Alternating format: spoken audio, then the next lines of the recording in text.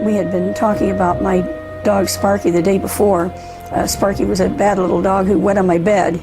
They said they wanted to introduce me to another Sparky, also a dog who couldn't control himself. And this individual's name, they said, was Sparky Rubenstein. Only much, much later did I learn that this was Jack Ruby, and I never connected the two when Lee was murdered. He was very interested in what we were doing there in the lab, and David Ferry openly showed him what was going on, which surprised me. And then he turned his attention to Lee and mentioned some things that showed me that he had known him for quite a while, including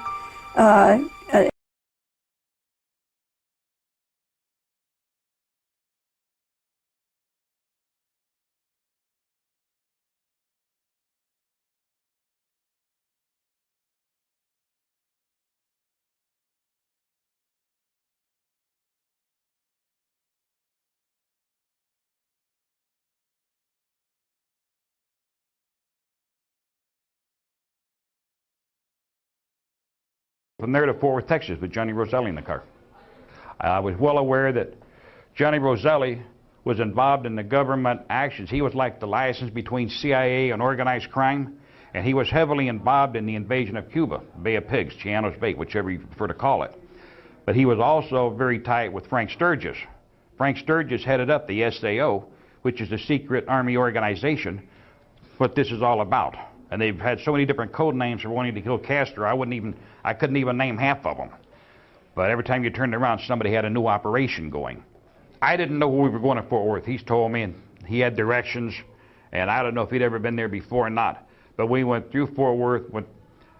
I remember the exit was, the exit really was like University Avenue or University Boulevard. It was named University, that's all I know. And I know it was on the south side, and then it stood on the west side of that street. It was just a couple of blocks off, and there was a pancake house, fairly new one. Did you know it's still there? No, I didn't know it was still there, but It's still there. It's been there long. I guess they made good pancakes, I know that. True. But that's where I had my first Belgian waffle. But that morning when I got there, Johnny Roselli went there to meet somebody by the name of Jack Ruby. I had never knew Jack Ruby, nothing about him. When I got there and pulled into the parking lot, Johnny Roselli told me, he said, let me go in first, see where I'm going to sit, come in, position your stuff. And he asked me, he says, are you carrying? And I said, yeah, I'm carrying. He says, good. He says, when I sit down where I'm sitting at, he said, I don't know what may transpire. He said, something could go wrong. He said, but be very alert. He said, keep my backside covered. He said, I won't be in your line of fire. And I said, okay, I'll pick a open field of fire. I says, wherever I figure I can handle it. I said, I'll go sit down, I'll come in position myself. Johnny Roselli went in, and they had like, you could call it a booth at the table sitting there, it wasn't bolted to the floor or nothing. But he sat down in that, and I went in shortly right behind him. I positioned my stuff at the counter, ordered a cup of coffee, was served, and sit there. And then I sit there and I watched until short, stocky-built man come in, walked over. Johnny got up, they shook hands. They sit down, they talked for a couple of minutes. I seen him take like a half size, like a legal envelope, but only half that size, out of his jacket, and he pushed it across the table to Johnny Roselli. He got up, they shook hands. This man left. Johnny waited maybe 2 minutes. Johnny looked at me. I got up. I walked out of the restaurant, made sure the area's clear, nobody outside in the parking lot. I went over, got in the car, started up. I pulled up by the door. Johnny Roselli walked out, got in the car, and we drove away. Did you ask him, or did you find out in some way what was in the envelope?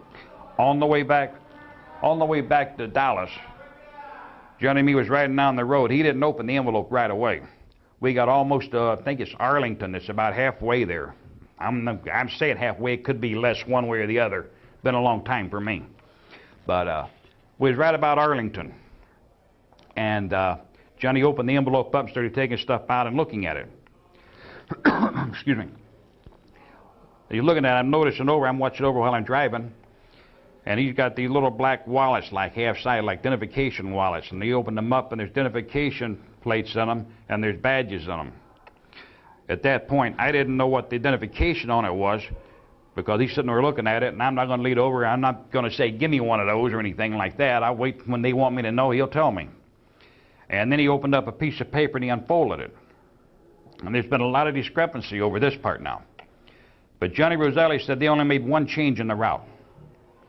And that was, There was a map of Dealey Plaza, the motorcade route. When he looked at it for Dealey Plaza, he said they've only made one alter and one change in it. He said, that's all.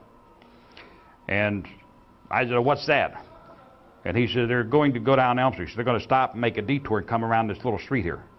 And he held it up, and I kind of glanced over at it, but I didn't get a chance to look at it real good at that point. But I already had reconned the area, so I knew what he was talking about.